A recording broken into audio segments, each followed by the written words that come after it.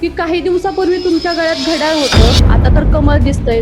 जमतंय का हे दोन्ही समतोल? पहिल्यापासून आम्ही घड्याळाचे निष्ठावंत कार्यकर्ते. घड्याळ मी नाही सोडलं, मला घड्याळाने सोडलं. राष्ट्रवादीच्या पक्षश्रेष्ठींनी माझं तिकीट डावललं. हरकत नाही, आपण काय शेवटी मालकाचं मालक कोण नाही आहे. म्हणजे बी जे पीच्या उमेदवाराला राष्ट्रवादीची उमेदवारी मिळाली आणि राष्ट्रवादीच्या उमेदवाराला बी जे पीची उमेदवारी मिळाली, असं समीकरण झालं. राष्ट्रवादीने तिकीट नाकारल्याबद्दल तुमचं मत काय? खरं तर हे तुम्ही आव्हानात जाऊन एकदा विचारलं पाहिजे. कारण का बरीच जण म्हणतात मी आबांचा कट्टर समर्थक होतो आणि नक्कीच होतो. मला तर म्हणजे 99% ते म्हणायचे की आबांच्या आजूबाजूंची लोक ही सुरत चौधरीच फायनल आहे. पण मला वाटायचं 101% आपणच फायनल आहे. मला असं अपेक्षित होतं की आबा त्यांच्या कट्टर सामान्य कार्यकर्त्याला, प्रामाणिक कार्यकर्त्याला न्याय देतील. मी आबांच्या बाबतीत कुठं चुकलो हा प्रश्न आबांना विचारण्या इतपत मी मोठा नाही आहे. त्यांना जो योग्य निर्णय वाटला असेल तो त्यांनी घेतला. जनतेला जो योग्य निर्णय वाटेल ती जनता येणाऱ्या 5 तारखेला घेईल. काही ठिकाणी जरी मतदान दिलं तरी XYZ ह्या संस्थेच्या व्यक्तींनी ह्याला निवडून आणले. XYZ ह्या व्यक्तींचा त्यांच्यावरती जो शिक्का आहे तो माझ्यावरती जनतेचा शिक्का आहे.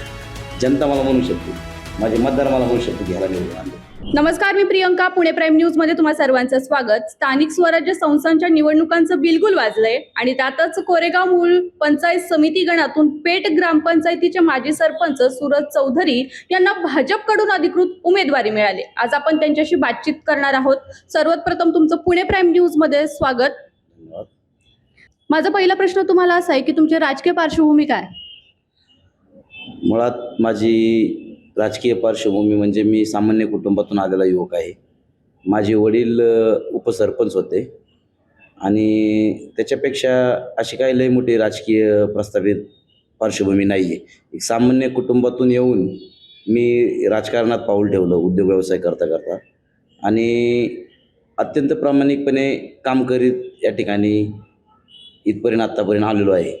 आणि त्याचंच फळ म्हणून ह्या जनतेचा आशीर्वाद आणि जनतेने मला 2021 साली 10 फेब्रुवारी 2021 साली सरपंच पदाची आमच्या गावातील पेठ गावातील मतदार राजांनी, पेठ गावातील ज्येष्ठ मार्गदर्शक असतील, माता भगिनी असतील, यांनी मला सरपंच पदाची धुरा सांभाळण्याची जबाबदारी दिली. तर त्या काळात मला असंख्य कामे करण्याचा योग आला. तर या कामातून जी प्रेरणा भेटत गेली तर ते काम करता करता अनेक समाज उपयोगी म्हणजे माझ्या जीवनात मी 80 ते 90% समाजकारण केलं आणि फक्त 10% राजकारण केलं. आणि हे जर तुम्हाला असं वाटत असेल तर तुम्ही खाली ग्राउंडला जाऊन विचारू शकता. आणि मी फक्त बोलतोय म्हणून नाही, ॲक्च्युअलमध्ये माझी कामं आहे, तुम्ही सर्च करू शकता, पाहू शकता, माझे कॅलेंडर छापलेले आहेत. असे मी जे भरीव अशी कामं केलेली आहे म्हणजे समाज उपयोगी, आणि त्याच्याच माध्यमातून मला ही प्रेरणा मिळत गेली. आणि राजकीय पार्श्वभूमी सांगायचं झालं तर अशी काही खूप काही मोठी राजकीय पार्श्वभूमी नाही. वडील उपसरपंच, मी सरपंच, ह्याच्यापेक्षा वेगळी काही राजकीय पार्श्वभूमी नाही. वडील शेती करतात आणि कौटुंबिक परिस्थिती पहिल्यापासून सर्वसामान्यच अशी. त्याच्यानंतर व्यवसाय उद्योगातून थोडी प्रगती करत आज राजकारणात कुठं का होईना आपला सर्वसामान्य जनता असेल, माता भगिनी असतील, मतदार राजा असतील आणि ज्येष्ठ मार्गदर्शक असतील यांचा आशीर्वाद घेऊन आत्तापर्यंत इथपर्यंत प्रवास अतिशय सुंदर करत आलेलो आहे. बरं, माझा दुसरा प्रश्न तुम्हाला असा असेल की काही दिवसापूर्वी तुमच्या गळ्यात घड्याळ होतं, आता तर कमळ दिसतंय. जमतंय का हे दोन्ही समतोल? खरं सांगायचं म्हणजे पहिल्यापासून आम्ही घड्याळाचे निष्ठावंत कार्यकर्ते आणि घड्याळाशी प्रामाणिकपणे आत्तापर्यंत आम्ही काम करत आलो. म्हणजे घड्याळ सोडण्याचं कारण म्हणजे मी नाही सोडलं, मला घड्याळाने सोडलं आहे असं म्हणलं तरी काही वावगं ठरणार नाही. मी प्रामाणिकपणे घड्याळाशी काम करीत होतो. घड्याळात उमेदवारी मी आता पंचायत समिती जिल्हा परिषदेच्या निवडणुका चालू आहे आणि सर्व पदाधिकारी कार्यकर्त्यांना समाजातील म्हणजे आमच्या गणातील जिल्हा परिषद गणात मी गेले 2019 म्हणजे कोरोना पडल्यापासून काम करीत आलेलो आहे प्रामाणिकपणे. म्हणजे असं काय माझं लय मोठी राजकीय पार्श्वभूमी नसतानाही मी माझ्या परिस्थितीनुसार किंवा मला जमेल असं मी छोटी ॲक्टिव्हिटीज करत, छोटी समाजोपयोगी कामं करत आतापर्यंत आलो. त्याच्यानंतर कुठंतरी म्हणलं आपल्या पेठ गावाला कुठंच आजपर्यंत संधी मिळाली नाही राजकारणात मोठी, ना जिल्हा परिषद, ना पंचायत समिती, ना कारखाना, ना मार्केट कमिटी. तर पेठ गावात आमच्या सरपंच पद हे अंतिम पद. आमच्या गावात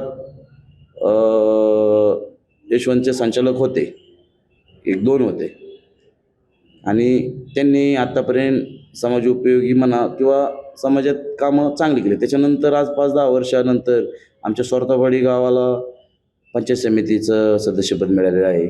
नायगावात पंचायत समिती सदस्यपद आहे. आमचं पेठ गावात आजपर्यंत वंचित आहे. तर सर्वांच्या विचाराने, युवकांच्या प्रेरणेतून आणि गावकऱ्यांच्या, ग्रामस्थांच्या आग्रहाखातर आम्ही कुठंतरी काम करीत आलो. त्या माध्यमातून आम्ही गडाला उमेदवारी मागण्याचा ध्यास केला आणि त्या निमित्ताने आम्ही काम करत राहिलो. आणि गेले दिवाळीपासून झालं एक संतपणे 3 ते 4 महिने झालं आत्ता, म्हणजे हे निवडणुकीचं जसं बिगुल वाजलंय तसं कंटिन्युटी काम करतोय. राष्ट्रवादीच्या पदाधिकाऱ्यांच्या संपर्कात होतो आणि कुणाच्या होतो, काय होतो, हे काय मी तुम्हाला नवीन म्हणजे सांगण्याची मतदारांना किंवा समाजातील लोकांना गरज नाही आहे. तर त्यांच्या बोलण्यातून किंवा त्यांच्या सांगण्यातून असं आम्हाला जाणवलं की आपण इतकं निष्ठावंत आहे, आपल्याला उमेदवारी ही निश्चित आहे, परंतु काही राजकीय दबावापोटी किंवा प्रस्थापित सहकारातील राजकारणाच्या पायी आज माझी उमेदवारी डावलण्यात आली आणि त्याचं खूप दुःख आहे. म्हणजे मी सांगू शकत नाही. सोडताना इतकं वाईट वाटत होतं की मला आदरणीय प्रदीपदादाजी कंद असतील, संदीप बोंडवे असतील आणि माझ्या जवळपासचे BJPचे पदाधिकारी असतील, तर मी यांच्याशी कमळाची उमेदवारी मिळावा ह्यासाठी कधी गेलो नाही आणि त्यांनीही कधी विचारणा केली नाही मला की बाबा तू आमच्याकडे येऊन लढ म्हणून. त्यांना बाहेरून कळलं की हा मुलगा चांगला आहे, कामाचा आहे आणि प्रामाणिकपणे काम करतोय. तर त्यांनी मला सांगितलं होतं, जर बाबा तुझं काय राष्ट्रवादीत होतंय बघ आणि तुला जर उमेदवारी नाही मिळाली तर नक्कीच आम्ही तुझा विचार करू. एक चांगला कार्यकर्ता पक्षाला, कुठलाही पक्ष असू द्या, चांगला कार्यकर्ता पक्षाला हा अपेक्षित असतो. परंतु मी 21 तारखेला फॉर्मचा शेवटच्या क्षणापर्यंत मला AB फॉर्म मिळेल ह्या गोष्टीची वाट पाहत होतो खूप विश्वासाने. म्हणजे मला आता इतकं मला 1 तास आधी आदरणीय प्रदीपदादा असतील, आमचे तालुका अध्यक्ष असतील आणि माझ्या जवळचे जेवढे सहकारी या निवडणुकीत मला सहकार्य करतात त्या सर्वांच्या विचाराने मी असं ठरवलं होतं की आपण अपक्ष जाऊ. परंतु या माझ्या ज्येष्ठ मार्गदर्शकांनी सांगितलं की अपक्ष जाण्यापेक्षा आपण कुठल्या तरी पक्षासोबत जाणं योग्य राहील. त्याच्यानंतर आम्ही ठरवलं की आपण आज संपूर्ण देशात कमळ अतिशय चांगलं काम करत आहे. BJP, भारतीय जनता पार्टी राज्यात देवेंद्रजी फडणवीस यांच्या नेतृत्वाखाली अतिशय सुंदर काम चालू आहे. त्यानंतर पुणे जिल्ह्यात आणि महाराष्ट्रात संपूर्ण आता नगरपंचायती, महानगरपालिकांच्या निवडणुका झाल्या. त्या ठिकाणी BJPचं सरकार अतिशय चांगल्या मताधिक्याने नगराध्यक्ष असतील निवडून आलेले आहेत. BJPचं वातावरण अतिशय पोषक आणि सुंदर आहे. तर त्याच्यावरती ह्या सर्वांनी आमचा एक विचार झाला आणि त्या फॉर्मच्या 1 तास आधी आम्हाला AB फॉर्म हातात दिला. दादांचं आणि BJPच्या सर्व कार्यकर्त्यांचं, पदाधिकाऱ्यांचं मी मनापासून प्रथमतः आभार मानतो. त्यांनी माझ्यासारख्या छोट्याशा कार्यकर्त्याला इतक्या मोठ्या पक्षाची उमेदवारी देऊन मला कुठंतरी काम करण्याची संधी देण्याचा प्रयत्न केला आणि नक्कीच या संधीचं मी सोनं करून दाखवून येणाऱ्या काळात. एवढंच मी सांगतो.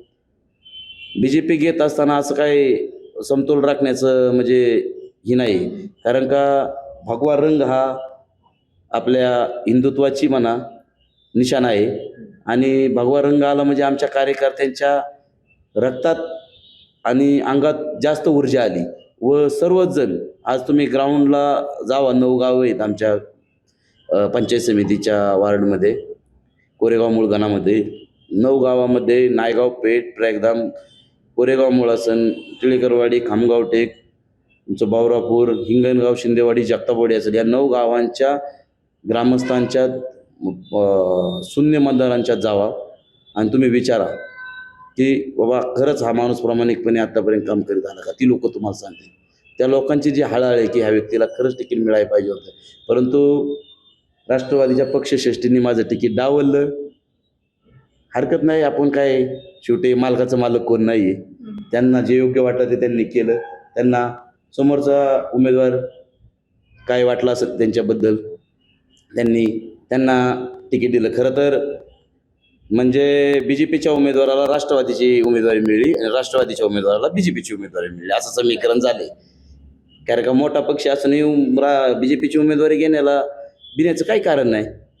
आपलं कार्य चांगलं आहे, आपण लोकांच्यात आहे, आपण कामं करतोय. काय म्हणजे कमळ काय बारीक पक्ष आहे का? भारतात सर्वात मोठा पक्ष आहे, कुठलाही असू दे, आपलं काम चांगलं आहे ना, लोक स्वीकारतील आपल्याला. आणि तेवढा विश्वास आहे माझ्यावरती, स्वतःवरती विश्वास आहे, लोकांवरती विश्वास आहे, जनतेवरती विश्वास आहे.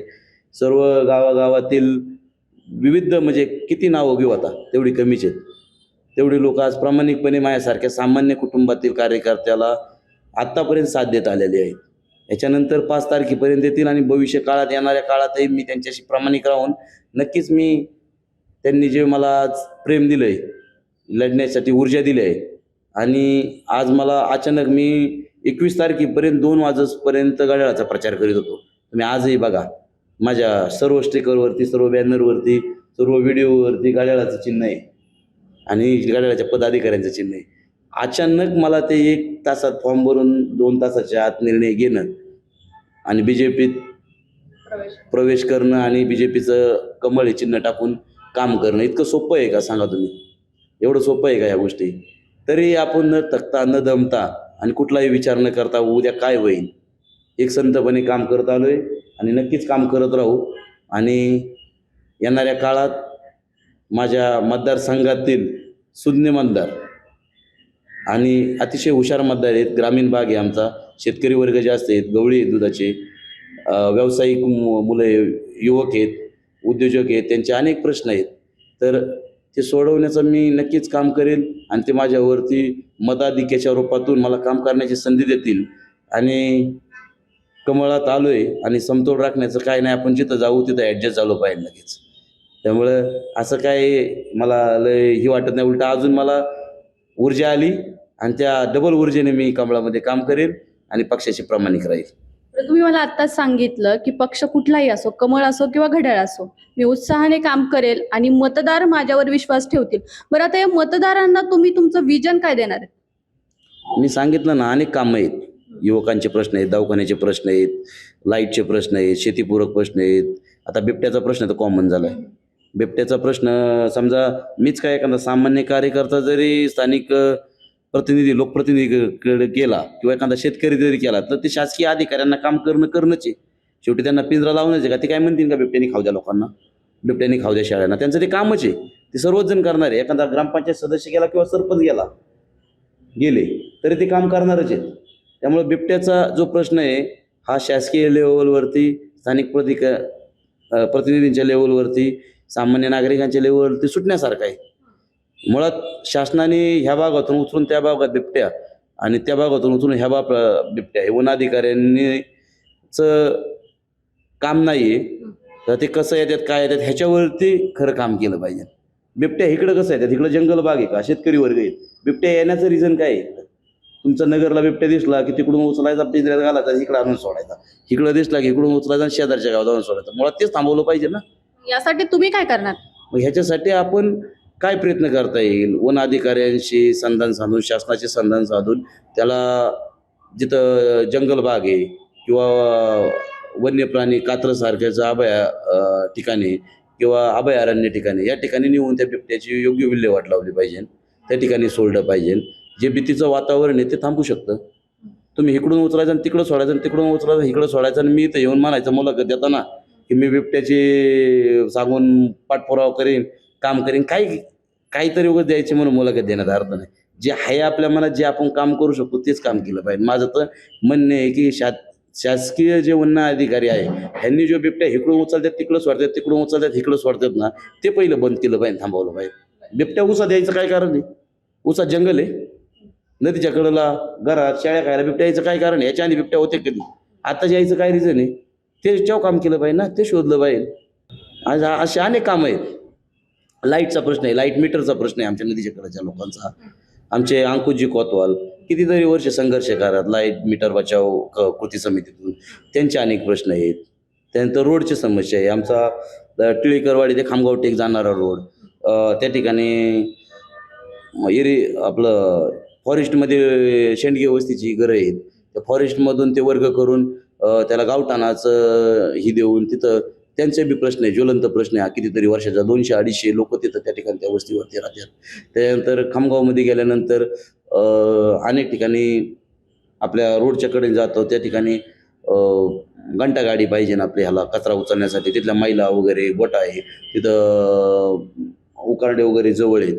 तर त्या ठिकाणी अनेक कचरा वगैरे टाकणार, त्याचा गाड्या फिरल्या, त्याचं कचऱ्याची विल्हेवाट लावली त्या गावातून बाहेर नेऊन. फॉरेस्ट बाग आहे किंवा शासनाकडून जमिनी घेतल्या, आता देतात. भरपूर योजना आहेत अनेक. मी ग्रामपंचायतमध्ये काम करताना पाहतो ना, आपण जितकं काम करेल तितकं काम कमी. मी अनुभवातून बोलतोय. किती बी निधी आणू शकतो आपण, फक्त लोकप्रतिनिधी जो आहे तो तिथपर्यंत पोहोचला पाहिजे. पंचायत समितीला, जिल्हा परिषदला पोहोचला पाहिजे. त्यांनी योग्य पाठपुरावा केला पाहिजे. तो पाठपुरावा करून कामं खाली करून आणून सामान्य जनतेची कामं करणं काय लय अवघड नाही. पंचायत समितीच्या माध्यमातून तहसील ऑफिसला जाऊन तुमच्या वृद्ध महिलांसाठी, विधवा महिलांसाठी पैसे चालू आहे. शासनाच्या अनेक योजना आहेत, भरपूर योजना आहेत. त्यांना महिन्याला 1500 रुपये, 2500 रुपये असे पैसे मिळू शकतात. अशा योजना आहेत. हिंगणगाव सारख्या ठिकाणी गेलं आपण, त्या ठिकाणं उरुळी कांचन सारख्या ठिकाणी इंग्लिश मिडियम सारख्या स्कूल, मी म्हणतो 5-5, 6-6 गाड्या भरून या ठिकाणी येतात. तो प्रवास करत येतात. पावसाळ्याच्या म्हणजे पावसाळा असेल, मान्य ऋतूमध्ये अनेक प्रश्न त्या ठिकाणी उद्भवत असतात. असे कितीतरी ठिकाणी रोडची कामं नाहीत. आता चालू आहेत, स्थानिक लोकप्रतिनिधींच्या माध्यमातून चालू आहेत. आता जिल्हा परिषद पंचायत समिती आल्या की आमच्या ज्या जबाबदारी आहेत त्या ते आम्ही प्रामाणिकपणे स्वीकारू. आणि कोण म्हणतं पंचायत समितीला फक्त खुरपी भेटतात, विळं भेटतात, कोंबड्या भेटतात. अनेक कामंही करण्यासाठी. असं काही नाही की फक्त खुरपी भेटतात, विळे भेटतात. तिथं म्हणतात बसायची जागा नाही. आपण करून जाऊन बसायची जागा, आपण निधी आणू, बसायची जागा करू, चांगलं ऑफिस बांधू. आपण का हे व्हायचं, आपले होप सोडायचे, आपण का त्याच्यातून डायव्हर्ट व्हायचं. असं काही नाही की पंचायत समितीला काय काय भरपूर कामं आहे करण्यासारखी. आपण करेल तेवढी कामं कमी आहेत पंचायत समितीला. म्हणजे त्याच्यावर पूर्ण स्टडी अभ्यासातून बोलतोय मी. शैक्षणिक कामं आहेत, दवाखान्याची कामं आहेत. आता कोणाचं हात मोडला, पाय मोडला, आम्ही पेरदामसारख्या हॉस्पिटलसारख्या ठिकाणी स्वतः जाऊन काम करतो. मी उगाच नाही सांगत की आम्ही हे काम केलं ते काम केलं. मी काम करतो, त्याचा रिझल्ट आहेत, त्याच्या बाईट्स आहेत, त्याचे फोटो आहेत माझ्याकडे. अँजिओप्लास्टी सूर्या सह्याद्री म्हणून शनिवारवाड्या शेजारी हॉस्पिटल, ती जाऊन रेकॉर्ड बघा तुम्ही माझं. 30-35 अँजिओप्लास्टी केल्या, पण कधी बडे जवापाना नाही, कधी जाहिरात नाही. आता हे चाललंय सगळं निवडणुकीचं मार्केटिंग जाहिरातीवरती. त्यामुळे ह्या गोष्टी तर करावं लागतात, प्रत्येक उमेदवाराला करावंच लागतं ते. म्हणजे रोकटोक मुलाखत आहे आपली. असं काही नाही आपण लपून छपून काय बोलत नाही. जे आहे ते आहे, ते सत्य मांडलंच पाहिजे. आता तुमच्या भागामध्ये शेतकऱ्यांच्या ज्या समस्या आहेत, त्या शेतकऱ्यांच्या समस्येवर तुम्ही कसे उपाय योजना कराल? आता आमच्या भागात तुम्हाला बिबट्याचा तर एक प्रश्न मी क्लिअर केलेला आहे, काय केलं पाहिजे. म्हणजे आता हा शासनाचा निर्णय, वन अधिकाऱ्यांचा निर्णय, त्यांनी काय ठरवलं पाहिजे. त्यानंतर लाईटचे प्रश्न आहेत. रात्रीचे शेतकरी कामाला जातात, म्हणजे पाण्यावर जातात शेतीत, त्यात विंचू, साप, तुमचा आता ते बिबट्याचा नवीन सोडलेला आहे ते बिबट्या, ह्यांच्या भीतीने शेतकरी हा जात नाही. आपलं शासन किंवा आपली जे यंत्रणा आहे ती लाईट देते रातची 12 ते 4, 12 ते 6. आता समजा निवडणूक आलाय म्हणून सोडा, त्यांनी दिवसा लाईट केली. असं स्पष्ट बोलणारा कार्यकर्ता आहे, राग आला एखाद्याला तरी हरकत नाही, म्हणून त्यांनी दिवसा लाईट केली. असं ठीक आहे, पण ते दिवसा लाईट ही कायमस्वरूपी ठेवली पाहिजे. निवडणूक संपली 2 महिने रातची, असं नाही झालं पाहिजे. माझं हे म्हणणे आहे. डिपे आहेत आमच्या राऊत वस्तीवरती, डिपी आहे. गेले 3 महिने झालं अजून त्या ठिकाणी वायरमॅनच गेला नाही. 3 महिने झालं शेतकऱ्यांचा तिथे ज्वलंत प्रश्न आहे, तिथे एक डिपी आहे. अशा अनेक ठिकाणी डिपे आहेत. त्या ठिकाणी सामान्य जनता ही लोकप्रतिनिधी असेल किंवा विद्युत बोर्डाचे अधिकारी असेल तिथपर्यंत पोहोचत नाही किंवा त्यांची दखल घेतली जात नाही. मग त्यांची दखल कोण घेतली पाहिजे? तळागाळातलाच कार्यकर्ता पाहिजे. राजकारणात आज तुम्ही विचार करा, संपूर्ण ठिकाणी जर राजकारण हे गडगंज आणि मोठ्याच लोकांना बघून जर होत असेल तर तुमची कामं होणार नाही ना. सामान्य काम करणाऱ्या युवकाला किंवा सामान्य लोकांच्यात बसणाऱ्या व्यक्तीला प्राधान्य दिलं पाहिजे आणि त्याच्याकडून बोलून कामं करून घेतली पाहिजे हक्काने. काम होणं महत्त्वाचं आहे. आज जर तुम्ही जे आपण चाललंय हे बघतोय ह्या गोष्टी करून जर निवडणुका लढवल्या आणि ह्या गोष्टी करून जर आपण पुढं जात असेल तर कामं होण्यासाठी दीर्घाई लागणारच ना. त्या गोष्टी न पाहता कामाची व्यक्ती पाहून लोकांनी मतदान केलं पाहिजे ही माझी प्रामाणिक इच्छा आहे. बरं, आता मला प्रश्न एक तुम्हाला असा विचारायचा आहे की तुमच्या भागामध्ये अगोदर तर तुमच्याकडे घड्याळ होतं, आता कमळ आहे. आता तुमच्या भागामध्ये वारं कसं फिरतंय, काय सांगाल त्याबद्दल? स्वीकारलं लोकांनी. लोक विश्वास तुम्हाला? प्रामाणिकपणे विश्वास आहे. आमची कोरेगाव मूळ असेल किंवा आपल्या भागातील लोक सुज्ञ आहेत, हुशार आहेत, त्यांच्यावर अन्याय झालेला कळतं, त्यांना दिसतं, त्यांनी स्वतः डोळ्यांनी पाहिलेलं आहे. मी घरी जाऊन सांगत नाही की माझ्यावर अन्याय झाला आहे, तुम्ही आता काहीतरी करा. लोकांना दिसतंय, लोक अतिशय सुज्ञ हुशार आहेत, जे काय घडलंय ते दिसतंय. तुम्ही फिरा आमच्या 9 गावात, लोकांनी कमळ हातात घेतलंय. कमळाचं वातावरण तयार आहे. हा संपूर्ण पुणे जिल्ह्यात, देशातच आहे. आता हवेली तालुक्यात तुम्ही बघा, सगळे कमळाचं वातावरण तयार आहे. आणि मी तुम्हाला विश्वासाने सांगतो की माझ्या गणातील मतदार राजा अतिशय हुशार सुज्ञ आहे. ते नक्कीच पर्याय कमळ हा न ठेवता कमळालाच मतदान करीन आणि येणाऱ्या 5 तारखेला मतदान करून येणाऱ्या 7 तारखेला नक्कीच मी तुम्हाला परत विजयी झाल्यानंतर मुलाखत द्यायला या ठिकाणी येईल. आता तुम्ही जो विश्वास दाखवला की आमच्या भागामध्ये कमळच फुलणार, बरं हे कमळ फुलणार मान्य आहे, पण मग आता तुम्ही मतदार राजांना काय आव्हान करणार आहे? आता मी सांगितलं ना, ती कामं जी आहेत ती करणार. शैक्षणिक कामं असू द्या, हॉस्पिटलची कामं असू द्या, शेतीपूरक कामं असू द्या, व्यक्तिगत कामं असू द्या, जितकी होता होईल तेवढी प्रामाणिक प्रयत्न करून स्वतः उभा राहून कामं करणारच. इतक्या ठाम विश्वासाने मी सांगतोय. आणि मी आतापर्यंत, तुम्ही गावात या, गावात विचारा, पहा, माझ्या ग्रामपंचायतचं उद्घाटन आदरणीय राज्याचे उपमुख्यमंत्री अजितदादा पवार साहेब यांच्या हस्ते झालेले 30 मे 2022 साली.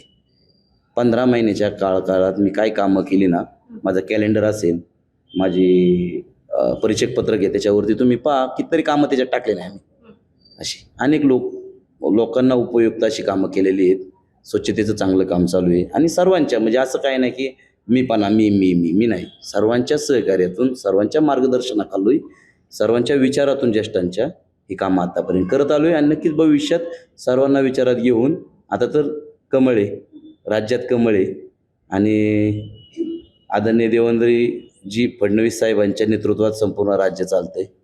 त्यांच्या नेतृत्वात नक्कीच आणि प्रदीपदादांच्या नेतृत्वात नक्कीच खाली चांगल्या प्रकारचं काम करेल, एवढंच मी आश्वासित करतो. आणि भरपूर जे प्रश्न आहेत ते सोडवण्याचा मी प्रामाणिकपणे प्रयत्न करेन. राष्ट्रवादीने तिकीट नाकारल्याबद्दल तुमचं मत काय? आबांनी का तिकीट कापलं हे आबांनाच माहिती, कारण का मी आबांच्या बाबतीत कुठं चुकलो हा प्रश्न आबांना विचारण्या इतपत मी मोठा नाही आहे. ते या शिरूर हवेलीचे लोकप्रतिनिधी आहेत आणि त्यांना जो योग्य निर्णय वाटला असेल तो त्यांनी घेतला. जनतेला जो योग्य निर्णय वाटेल ती जनता येणाऱ्या 5 तारखेला घेईल. आणि पक्षाचं तिकीट का कापलं, काही दबाव वगैरे किंवा प्रस्थापित राजकारण्यांच्या मर्जी राखण्यासाठी कापला असेल,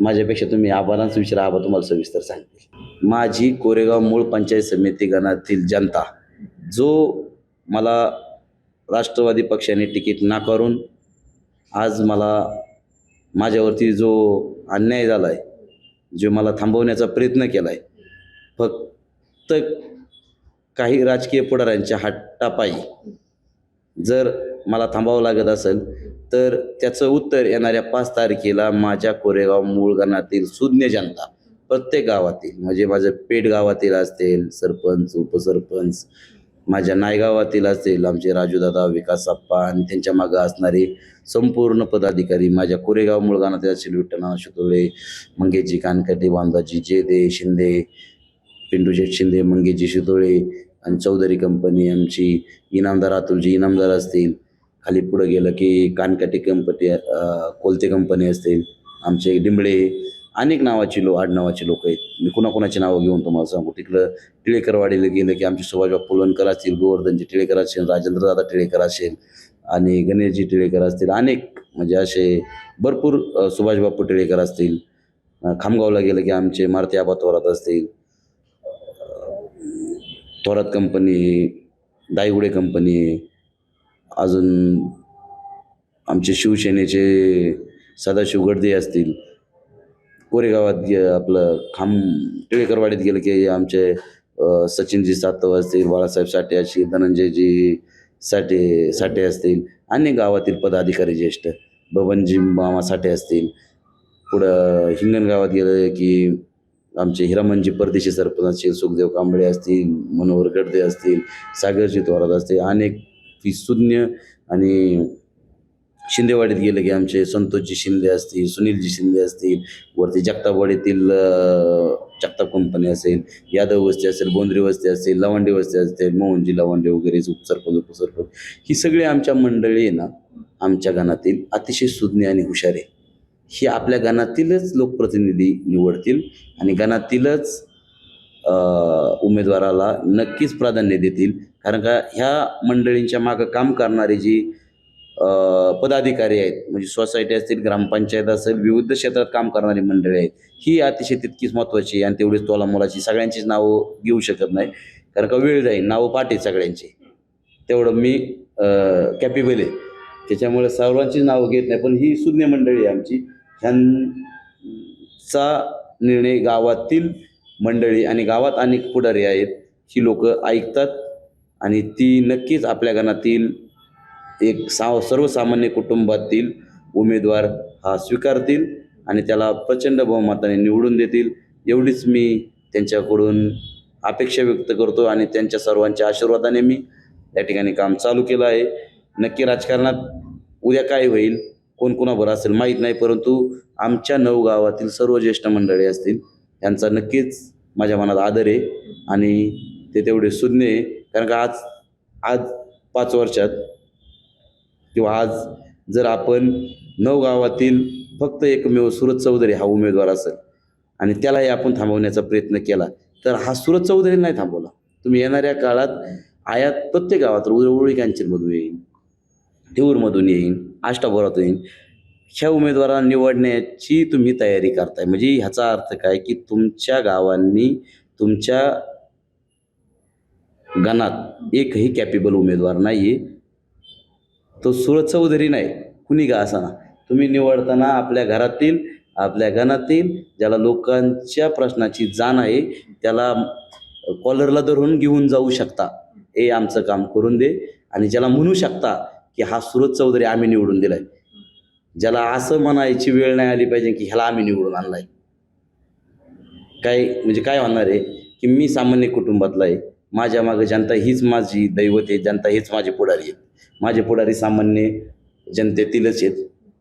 आज बारक्यातील मुलापासून ते गाव लेवलचा पुढारी असेल आणि ज्येष्ठ पुढारी असेल, हे प्रत्येकजण मायका बघून म्हणू शकतो की सुरत चौधरीला आम्ही निवडून दिलेलं आहे, सुरत चौधरीला आम्ही मत दिले. परंतु काही ठिकाणी जरी मतदान दिलं तरी XYZ ह्या संस्थेच्या व्यक्तींनी ह्याला निवडून आणले, XYZ ह्या व्यक्तीने त्यांच्यावरती जो शिक्का आहे तो माझ्यावरती जनतेचा शिक्का आहे. जनता मला म्हणू शकते, माझे मतदार मला म्हणू शकते की ह्याला निवडून आणले. असं कुणीच ही वावगं वाटणार नाही कुणाला सुरत चौधरी का बघून म्हणताना, आणि मलाही त्याचं काही दुःख वाटणार नाही. कारण का जनताच माझ्यावर प्रेम करते आणि जनता मला नक्कीच न्याय देईल. येणाऱ्या 5 तारखेला तुम्हाला मतदानातून कळेल. मी एवढंच सांगतो आणि या ठिकाणी थांबतो.